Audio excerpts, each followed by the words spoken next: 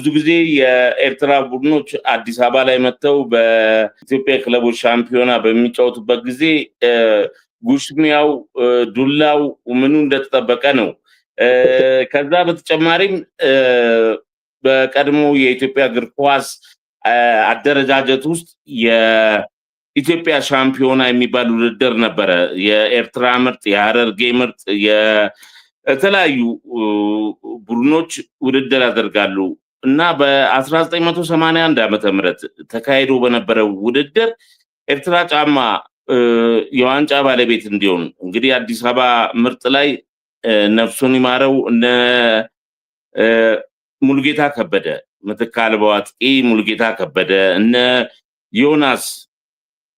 ዮናስ የሚባል የዲላ ልጅ ነበር ቡና ገበያ የሚጫወት ዮናስ ተፈራ፣ እሱም ዛሬ በህይወት የለም፣ ነፍሱን በአጸደ ገነት ያኑርልን። እነ ሙልጌታ ወልደየስ፣ እነ ገብረመድህን ኃይሌ፣ እነ መሰለ አካል ወልድ ኤርፎርስ የነበረ ማአት ቅጥቀጥ አድርገውበት በተለይ የፋይናሉ ቀን ደሳለኝ ያንን ሁሉ ነገር አክሽፎ ነው የኤርትራ ቡድን የኢትዮጵያ ሻምፒዮና የሆነው እና ዋንጫውም እንደውም የደሳለኝ ዋንጫ የሚል ስያሜ ተሰጥቶት ነበረ። ስለዛ ጨዋታ ሰምተህ ይሆናል? አዎ እሰማለሁ። ከዛ ይሄ ጨዋታ የኢትዮጵያ ትቅደም የሚባል ነበር በፊት ትዝ ይልህ እንደሆነ የኢትዮጵያ ትቅደም ዋንጫ ነው የሚሉት። 4 ከተሞች ኤርትራ፣ ሐረርጌ፣ ሸዋና የምንጫወትበት ነው። አንዱን ጨዋታ እኔ ከመሄዴ በፊት በተስፋዬ ወድቀጭን አሰልጣኝነት አስመራ ላይ ነበር የተካሄደው። በተስፋዬ ወድቀጭን የሚባል የድሮ ተጫዋች ነበረ። አማሴናውን ደስ የሚል ቁመና ያለው ተጫዋች እሱ ነበር አሰልጣኝ ሆኖ ለኤርትራ ሴሌክሽን። የእሱ ስብስብ ውስጥ ምን የነበርኩኝ ኤርትራ ላይ ነበር የተደረገው። እነ ዳኙ ለሐረርጌ ነበር የመጡት በዛ ጊዜ ገና ጊዮርጊስም አልገቡም ነው ዳኛቸው። ቢተው አብሬ እነዚህ ሁሉ መተው ተገናኝተናል እዛ እኔም ለኤርትራ ተጫዋች እና አዲስ አበባ ላይ የተደረገውን እኔ ወጥቼ ነበረ። ስብስቡም እንዳልከው በጣም ጥሩ ሆነ፣ በረኛውም የተሟላ ሆነ።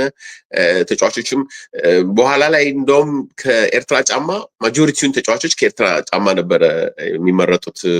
በፎቶም ላይ ስመለከት 8-7 ተጫዋች ስታርት ያደርግ ነበረ በኤርትራ ጫማና ኃይለኛ ፉክክር ነበር። የሚገርም ነገር አስመራ ከመሄዴ በፊት ኤርትራ እናንተ ሲጫወቱ ኤርትራና ሸዋ ሲጫወቱ እመለከት ነበር።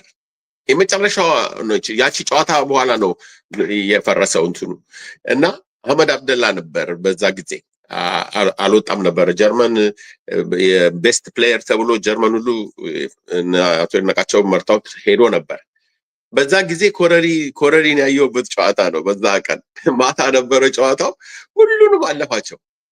ክብሮም ጠቅላላ ሸዋን ግዛውም በረኛውን ጠናጋሻውን ብትጠይቀው አፈወርቅ ጠናጋሻውን ብትጠይቀው ይነግርሃል። ሁሉንም አለፋቸው። አልፎ ሰው ሁሉ ሊያገባ ነው ሲል ትቶት ወደዚህ ኮረሪ በጣም ክሬቲቭ ነው። ሰውን ስሜት ውስጥ መክተት ይወዳልና ወደዚህ ተመልሶ መጣ። ክብሮም እንደገና ሄዶ ያችን ሊያድን ሸርተት ይገባል። በረኛው እኮ ተኝቶ ያየዋል። አፈወርቅ ራሱ ተኝቶ ያየዋል። ምን ሊያደርገው ነው ብሎ በኋላ እንደዚህ ሄዶ ወደኋላ ተረከዝ መጥቶት ሄደ አግብቶት። ከዛ በቃ ሄጄ አረጉ ጋር ቆሜ ተመለከትኩት ማለት ነው። አስመራ ከሜሪ ነው የማወራ። ይሄን ነገር ስመለከተው አጭር ነው። እንዲህ ስታየው ግን እግሩ ትልቅ ነው፣ ጡንቻ አለው፣ ግን አጭር ነው። በቃ ችን መካከል አካሄዱ ራሱ በቃ አስመራ ሲሄድ መጀመሪያ ሄጄ ያገኘሁት እሱን ነው። ላሳሊ ላይ ቆሞ ኮረሪ የታለ ምናምን ስላቸው ያውና አሉኝ። ጀሚል ሐሰንንም የማየት ቻንስ አገኘው። ጀሚል ሐሰንም የድሮ ተጫዋች እሱም ነፍሱን ይማረው ሞቷል። እሱንም አየው። ብዙዎቹ ተጫዋቾች እኛ ስንሄድ የሚገርም ነገር አማን ወደ በረሃ ገብተው ነበር። የድሮዎቹ በጣም ቤስት የተባሉ ወደ በረሃ ገብተው ነበር። አህመድ አብደላ አረብ ሀገር ሄዶ በደንብ ለአረብ ሀገር ብዙ ተጫዋች ሆኖ አሁን የፌዴሬሽን ኃላፊ ሆኖ ነው የሚኖረው። ሌሎቹ ግን ጆኒ በረኛው ዲሲ ላይ ያለ ቶክ ሾው ምናምን ነገር አለው ሰማለው። ፓቼ የት እንዳለ አላውቅም። በቃ እነዛ ዝና አይነፈራቸው በሙሉ ሄዱ ወጡ። ግብ ጠባቂም አሰልጣኝም ነበረ ፓቼ። ፓቻው ጥቁር ሱዳን ነው የሚመስለው። ቀለሙ ብታየው ሱዳን ነው። ሚድፊልዱን እንዲህ ነው እንትን የሚያደርገው በቃ ቺፓ ነው ቺፓ። ኦኬ እነሱ ሄደው ነው የደረስኩት እኔ። ከዛ እነዚህ እንዳልኩ በኩረጽዮኖች ሁለቱ በኩረጽዮኖችን አገኘኋቸው። ትልቁ በኩረጽዮን ሁልጊዜ ጎን ለጎን ስለምንጫወት ሩም ስንይዝ እና ከኔ ጋር ይለኝና ይመክረኛል፣ ስለ ታሪክ ይነግረኛል። መንግስቱ ወርቁ የሚያደርጋቸውን ታሪክ ያጫውተኛል። ተኝተን ሩማችን ውስጥ ስለ መንግስቱ በቃ ተናግረው አያዋሩም። ተናግረው ሴጣን ነው ይለዋል። በጣም ሴጣን ይናገራል። አፉ ኃይለኛ ነው ግን ሴጣን ነው ይሉኛል። እንዴት ነው እላቸዋለሁ። አንድ ጊዜ ያደረገውን ታሪክ እኔም ኳስ አቀባይ ሆኜ የምሰማው ታሪክ ነበር። ከኋላ ተነስተው 5-5 ሲወጡበት ከአማሴን ጋር ስቶሪ ካለ ጥርሱ ወለቀበት ማለት ከቴሌ ጋር ነው በቴስታ የመጣው። የኃይሌ ነው ምናምን በቴስታ መጣው እሱ ከቴሌ ጋር ነው። ይሄ ደግሞ ከሐማሴን ስንጫወት አለ አስመራ ላይ ማለት ነው። አስመራ ላይ አዲስ አበባ እኛ ኳስ አቀባይ ነበር እና ውጤት ሲገለጥ የተጮህበት ማለት ነው። አዎ አንተ ምንም አያመልጥም እባክህ። እሱ ጨዋታ መጀመሪያ ውጤቱን ስንት ለስንት ነው ብሎ ይናገራሉ አይደለ? የአስመራ ውጤት ደርሶናል ምናምን ሲባል የአስመራ ቡድን 5 ጊዮርጊስ 3 ተባለ። ከዛ በኋላ የሚቀጥለው ጊዜ እንደገና ጨዋታውን ይሄ አልቆ እምባይሶራ ምናምን እዚህ ነበር የሚጫወቱት እዚህ ልህ እንደሆነ ያን ቀን ከኤሌክትሪክ ምናምን ጋር። አሁን የአስመራ ጨዋታ አልቋል። ውጤት የአስመራ ቡድን 5 ሲል ጊዮርጊስ 3 ነው ብሎ ሰው ጩኸቱን ሲያደርግ የጊዮርጊስ ቡድን 5 አይልም እንጂ ገረመን እና አሁን ስለሱ እንዴት ነበረ ብዬ ስጠይቀው እሱን አታስታውሰኝ አለኝ። አታስታውሰኝ መንግስቱ ሀትሪክ የሰራው እሱ መሰለኝ። አዎ ኳሱን አገባውና አለ ከጎሉ ጋር ሄዶ ተታግሎን መጀመሪያ ዝም አለው እና ወስዶ ሄዶ መሀል አደረገው። ራሱ ገና እንደተጀመረ ነጥቆ መጥቶ አገባብናል። ከዛ አሁን መጣላት ፈለግና ይዞዬ ኳሱን ይዞ ጊዜው እንዲያልፍ ፈለጉ። ሰው ሁሉ ከእንትኑ ተወርሯል አለኝ። ከላይ የካታንጋው ላይ ሰው ሁሉ ጥለዋል። በጣም ረብሻ ተነስቶና የካታንጋው ደግሞ እንደ አዲስ አበባ አይደለም። ሄደህ አይተው ከሆነ በጣም ስታዲየም ነው የሳባ ስታዲየም። የካታንጋው ደብል ነው ከአዲስ አበባ ከፍታው። ለምን ጎሉና ጎሉ ጋር ሜዳ የለም እንትን መቀመጫ የለም። ስለዚህ በሁለቱ ላይ እንዲቻል ብለው የዚህንም እዚሁ ነው ያደረጉት። ከሜዳ ስር ነው የምንወጣው ታውቃለህ። ወደ ኳስ ሜዳ ስንገባ ከውስጥ በዋሻ ነገር ነው መተን ከመልበሻ ቤት የምንወጣውና ከዛ ላይ ጣሉት። ሰው አለ ጠብ ተነስቶ የጊዮርጊስ ደጋፊ ማን ነው ሚኒቴሪ ምናምን ከአዲስ አበባ የመጡ ምናምን ነው የሚሆነው። የእነሱ ደግሞ ጠቅላላ እንዳለ ነው። እዛ ላይ ረብሻ ተነስቶ አንዱን ጣሉት ምናምን አለ። ለምንድን ነው ግን ልዩነቱ? ምንድን ነበረ ግን ልዩነቱ? እልህ አለ ጨዋታ በጣም እኔ አስመራ ላይም እኮ አይቼዋለሁ። 2-0 ጊዮርጊስ ያሸነፈውን የመጨረሻውን ጨዋታ በኳስ አቀባይነት ማለት ነው። አሁን ይሄ የምናየው ማንቸስተር ዩናይትድ አርሴናል የሚጫወቱን አይነት ነገር ነው የምታየው እኮ። የሚገርም ጨዋታ እኮ ነው የሚገርም። በቃ ደጋፊውም እንዳየው በዛ ሳይድ የቸብቸብ የአማሴን ደጋፊ በዚህ ጋር የጊዮርጊስ ፊጭ በጊዮርጊኛ ካታንጋው ራሱ ተከፍሎ ለሁለት በቃ የሚደገፈው እንትናቸውን ይዘው ነው የሚገቡት። ይሄ አርማቸውን እንደ ቡና የመሰለ አርማ የሐማሴን የጊዮርጊስ በቃ የጋለ እንትን ነው የሚደረገው። እልህ አለ። መሸናነፍ ፍጹም አይፈልጉም። ያንን እልህ እኛም ይዘነው መጣን። ለእኛም እንደው እዚህ ላይ እንደው አሁን ኢንስትራክተር መንግስቱ ወርቁን ነፍስ ይማር እሱን ስታነሳልኝ ኢንተርናሽናል አርቢትር ጌታቸው ገብረ ማርያምም ስሙ በስፋት ይነሳ ነበረ። ለጉቦ ተሰጥቶት ያንን ገንዘብ አምጥቶ ለፌዴሬሽን አሳውቆ የሚለው ታሪክ ስለሱስ እኔ እሱን አላውቅም። ጋሽ ተስፋዬ ገብረ ኢየሱስን አደንቃቸዋለሁ። በጣም የሚገርሙ ሬፍ ናቸው። በአፍሪካ አሁን እንዳሉት ዳኞች እሳቸውም በአፍሪካ በዓለም እንትንም ላይ ተሰሚነት ያላቸው በቃ ቁመና ያላቸው የገባቸው ሬፈሪ እንደነበረው አውቃለሁ። ሌሎቹ ማን ነበረ እዚህ አለ በቀለ ነው በቀለ የሚባል እነሱም በቀለ ኪዳኔ በቀለ ኪዳኔም አሃበላ እና ጋሽ ታደሰ ደገፉ ደግሞ ከድሬዳዋ አሉ። ጋሽ ታደሰ አጭር ከድሬዳዋ ይመጣል። እሱ ከመድን ጋር ስንጫወት አስደገመን። ሪጎሬ ተስፋዬ ነበር በረኛ፣ የመድን በረኛ 5 ዓመት ሪጎሬ ተሰጥቶን የድሬዳዋው ዳኛ አስደገመ ተነቃነቅ ብሎ ለተስፋዬ እና በዛ አሸንፈን ነው 3ኛ ይሆን ነው። የመጀመሪያውን ዓመት 3ኛ ሆነናል ሻምፒዮን ከመሆናችን በፊት። እንደው እዚህ ላይ ያዩ አንደበትም ይጥማል፣ ጨዋታውም ደስ ይላል። የግርማ ከበደ የኦሜላ ግብ ጠባቂ የነበረው ግርማ ከበደ ጥያቄ ምንድን ነው? በኢንተርናሽናል ውድድር ኤርትራ ጫማ እዛ ሀገር ሄዶ 1-0 ተሸንፎ መጣ።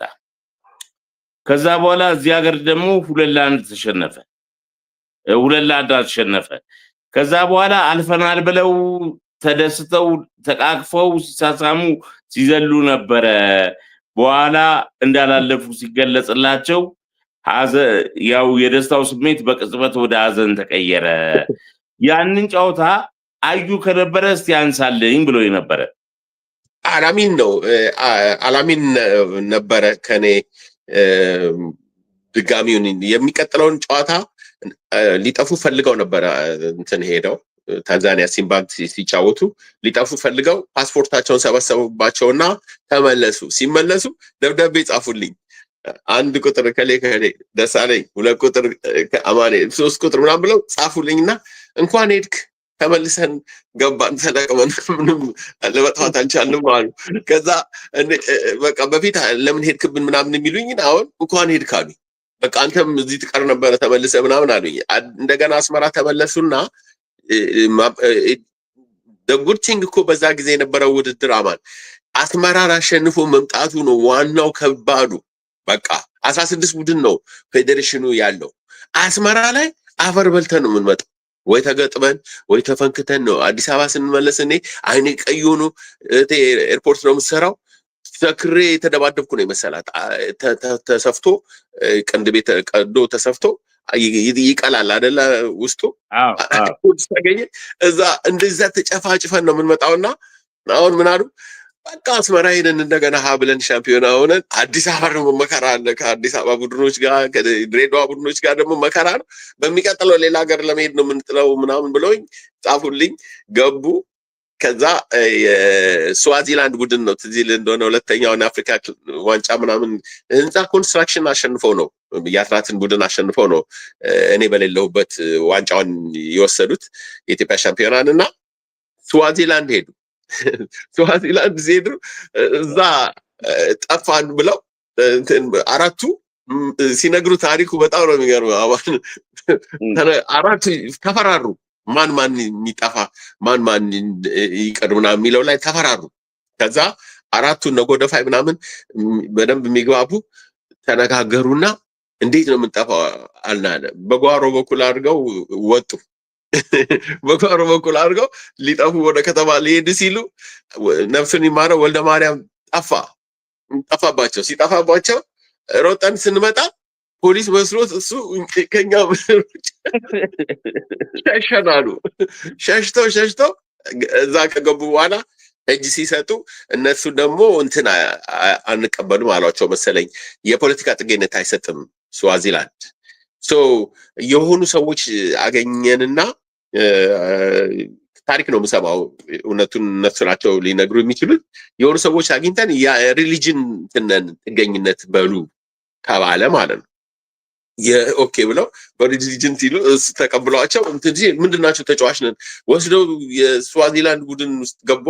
ተቃራኒ የሚጫወተው ላይ መልስ ግጥሚያ እኮ አዲስ አስመራ ላይ አለ ሌላ።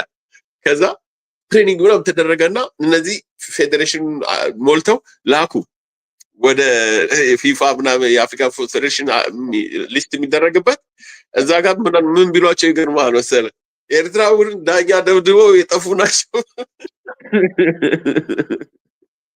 አይጫወቱም የሚል መጣ። ዳኛ ደብድባችሁ እንደመጣችሁ አረ ምንም ነገር አላረግንም ዝም ብለው ነው እኛ እንዳንጫወት ብለው ነው ምናምን አሉ።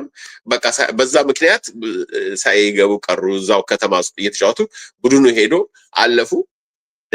እነሱም እዛ ቆይተው እኔ ጀርመን ስገባ ማለት ነው በደብዳቤ ተገናኘንና ጀርመን የሚመጡበትን አንዳንድ ነገር ስናወራ ከአንዳንዶቹ ጋር እኔ ራሴ ስደተኛ ሆኜ ነው የገባሁት እጄን የሰጠሁት።